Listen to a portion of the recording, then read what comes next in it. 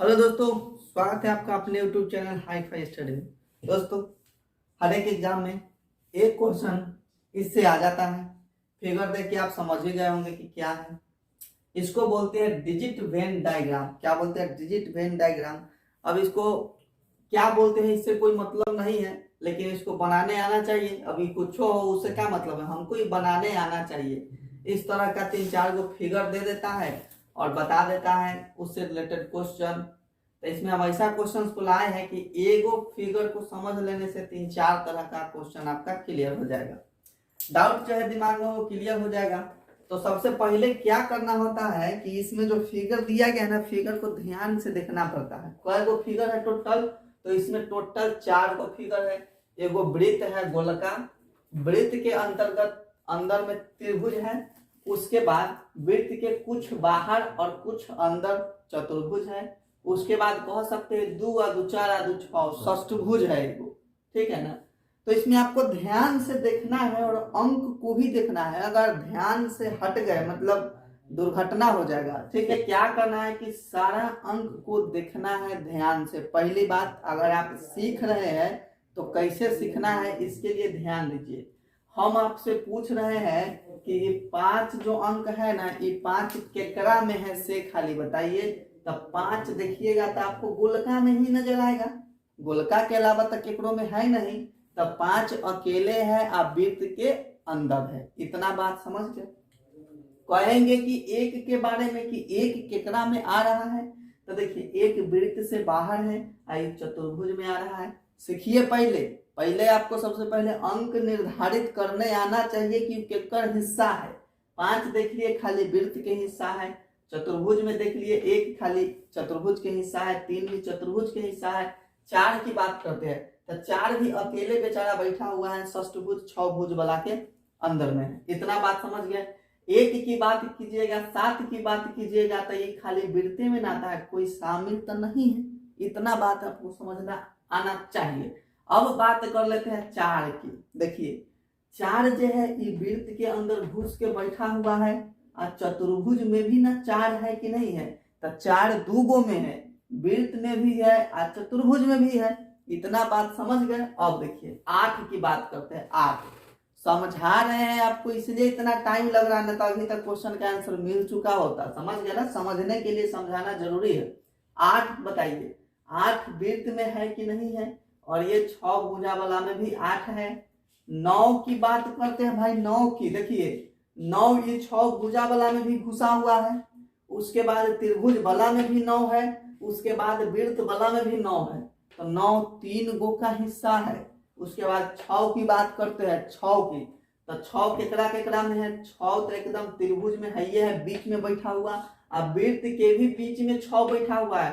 6 ना ही चतुर्भुज का भाग है, ना ही क्या कह सकते हैं षष्ठभुज का भाग है। अब बात करते हैं 3 की। देखिए 3 तो जैसे 9 यहाँ बैठल था तीनों में, तो यहाँ क्या कह सकते हैं 3 किसका किसका हिस्सा है? तो पहला बात त्रिभुज का हिस्सा हो गया। उसके बाद 3 वृत्त के अंतर्गत भी आ जाता है और उसके बाद चतुर्भुज के अंतर्गत भी आ जाता है। इतना आप सीख गए ना कि कौन अंक किसका हिस्सा है। क्वेश्चन में कोई जान नहीं है। देखिए कैसे कोई जान नहीं है से उतना अगर बात समझ गए तो कहता है कि वह कौन सा अंक है जो सब आकृति में मौजूद है। हाँ, ऑप्शन से देखिए ना 3 ऑप्शन से। चलिए 3 देखते हैं तो 3 एकरा में हो गया, यानी कि क्या कह सकते हैं चतुर्भुज में हो गया, त्रिभुज में हो गया, वृत्त में हो गया। लेकिन ओकरा में है ये नहीं है तो 3 नहीं है। 4 मिला लीजिए। 4 केकरा में? वृत्त में है, चतुर्भुज में है, वृत्त में है, चतुर्भुज में है और अन्य षष्ठभुज में है, लेकिन त्रिभुज में 4 नहीं है। समस्या गड़बड़ा गया। 6 केकरा में है? तो 6 वृत्त में है और 6 त्रिभुज में है, 2 गो में है। तो इसका सही आंसर क्या हो जाएगा कि ऐसा कोई अंक है ये नहीं है जे सब में नहीं है। ठीक है, सब में है ये नहीं है। इसका आंसर ये हो जाएगा कि क्या पूछा, वह कौन सा अंक है जो सभी आकृति में मौजूद है? तो ऐसा कोई अंक नहीं है जो सारा आकृति में मौजूद है। आगे देखते हैं 2 आकृतियों में मौजूद अंकों का योग क्या होगा। 2 आकृति में मौजूद अंक का योग पूछा है। तो पहले आप निकालिए कि 2 आकृति में मौजूद आखिर है कौन कौन। देखिए 2 आकृति में, इधर से चलते हैं, इसकी बात करते हैं। 4 आ 2 केकरा केकरा में मौजूद है, तो एगो चतुर्भुज में मौजूद है, एगो वृत्त में मौजूद है। तो पहला बात दोनों में मौजूद वाला एगो 4 और 2 हो गया। उसके बाद अब 2 को आकृति में चल जाते हैं, सो देख लेते हैं। हम 6 की बात करते हैं, 3 तक 3 गो में मौजूद हो जाता है, एगो त्रिभुज में आ वृत्त में आ एकरा घर ये चतुर्भुज में भी मौजूद है।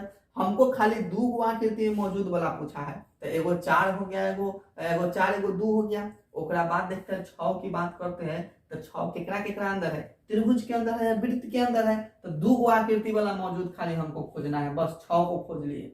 अब चलते हैं 9 तो तीनों में है, 9 होगा नहीं। 8 की बात करते हैं, 8 देखिए, 8 वृत्त में है या षष्ठभुज में है, तो एगो कौन हो जाएगा, एगो 8 हो जाएगा। और खोजिए, और कोई है जो दोनों आकृति में मौजूद है, तो मेरे हिसाब से अब कोई ऐसा नहीं है जो दोनों आकृति में मौजूद है। तो इसका कुल आंसर हमको योग पूछ दिया था, कुल क्या हो जाएगा, 6 4 10, 8 18 2 20। कितना सही आंसर हो जाएगा, 20 इसका आंसर होना चाहिए। मिस्टेक से कहीं छूटना नहीं चाहिए, एक भी छूट जाएगा आंसर गड़बड़ा जाएगा। बात समझ में आनी चाहिए। इसमें ऑप्शन नंबर सी में 20 है, ऑप्शन नंबर सी को टिक देंगे। एक बार आप बनाने के बाद भी थोड़ा गौर से देखिएगा, ये पहले जैसा बूझ बुझा हुआ है, आंख को धोखा देने वाला काम करता है, समझ गया ना। तो चलिए इसका निकाल दिए। और कहता है कि 3 आकृति में मौजूद अंकों का गुणनफल, 3 आकृति में मौजूद खोजिए, 3 गो में कौन कौन है। तो 3 गो में शुरू से देख क्या है ना, ये 3 है कि नहीं है। 3 जो है चतुर्भुज में है, त्रिभुज में है, आप वृत्त में भी है 3। तो एगो तो 3 मिल गया, गुणनफल पूछा इसलिए गुना करेंगे। अब तीनों में मौजूद कौन है वो जरा देख लीजिए।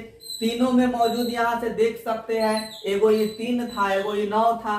तो 3 और 9 का गुणनफल कर देंगे, कितना हो जाएगा, 27 हो जाएगा। और कोई तीसरा है ये नहीं है जो तीनों में मौजूद हो जाएगा। 6 की बात कीजिएगा तो 6 तो त्रिभुज में है या वृत्त में है, ध्यान से देखना पड़ता है। तो 27 इसका सही आंसर हो जाएगा। चलिए आगे 4 नंबर देखते हैं क्या कहा है। सो केवल एक आकृति में मौजूद अंकों का योग, एगो आकृति में मौजूद वाला खोजिए। चलिए एगो आकृति में मौजूद, तो हम पहले अब चल जाते हैं चतुर्भुज में कौन कौन अकेले अकेले हैं। तो चतुर्भुज में अकेले में एगो 1 है, एगो 3 है, तो एगो 1 का एगो 3 हो गया। वृत्त में जाइए, अकेले अकेले कौन है, किसी का हिस्सा नहीं है। तो 5 है, 7 है, 1 है, किसी का हिस्सा नहीं है। तो 5 हो गया, प्लस के 7 हो गया, प्लस के 1 हो गया। अब चलते हैं हम त्रिभुज में। तो त्रिभुज में ऐसा कोई अंक नहीं है जो अकेले है। 6 की बात करेंगे तो 6 तो वृत्त और त्रिभुज दोनों में है। चलते हैं षष्ठभुज में। षष्ठभुज में अकेला बेचारा इंतजार कर रहा है 4 की, हम भाई अकेले बैठे हुए हैं।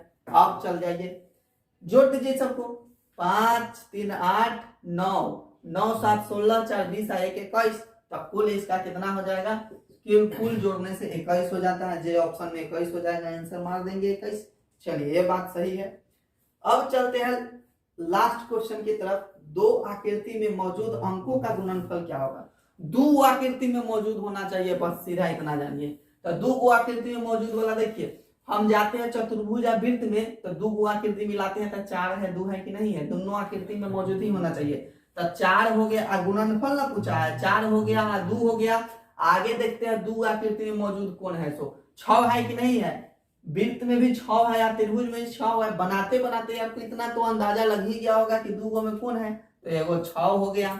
अब चलते हैं 2 गो आकृति में मौजूद। 9 की बात करेंगे, 9 नहीं होगा, 9 3 गो में है, वृत्त में है, त्रिभुज में है, षष्ठभुज में है। अब बात करते हैं 8 की बात करते हैं। 8 किसके किस में है, वृत्त में है और षष्ठभुज में है। तो गुना के 8 कर देंगे, 8 8 6 48 हो जाएगा, 48 दूना हो जाएगा 16, यानी 8 दूना 16, 16 छक्का 24, यानी लास्ट में 4 आना चाहिए, 384 इसका सही आंसर हो जाएगा। डायरेक्ट मार देंगे, बात समझ रहे हैं ना, गुना करने नहीं जाएंगे, इकाई से मिला के मार देंगे हम यहाँ पर। ये देखिए किस तरह से इस कॉम्प्लिकेटेड क्वेश्चंस को बनाए। दिमाग को शांत रखना पड़ेगा आपको, सब बात समझ रहे हैं। दिमाग को शांत रख के इस पहले फिगर को आपको सही से समझना पड़ेगा, कौन अंक किस में है।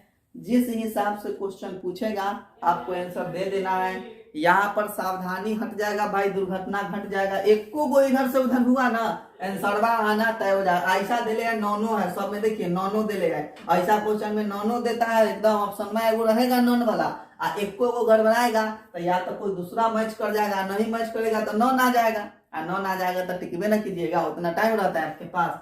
तो सीधा बात है, पहले इसको गौर से आप अध्ययन कीजिए, माइंड में सेट कर लीजिए। बनाने आपको आ गया होगा, बनाने आ गया होगा, पढ़ाई है बड़ी अच्छी तरह से, सुंदर राइटिंग लिख करके क्या करना है आपको, चैनल को सब्सक्राइब करना है, वीडियो को लाइक करना है, दोस्तों तक शेयर करना मत भूलिएगा। तो चलिए आज के लिए इतना ही रखते हैं, इस क्लास को एक दिन और हम कंटिन्यू रखेंगे।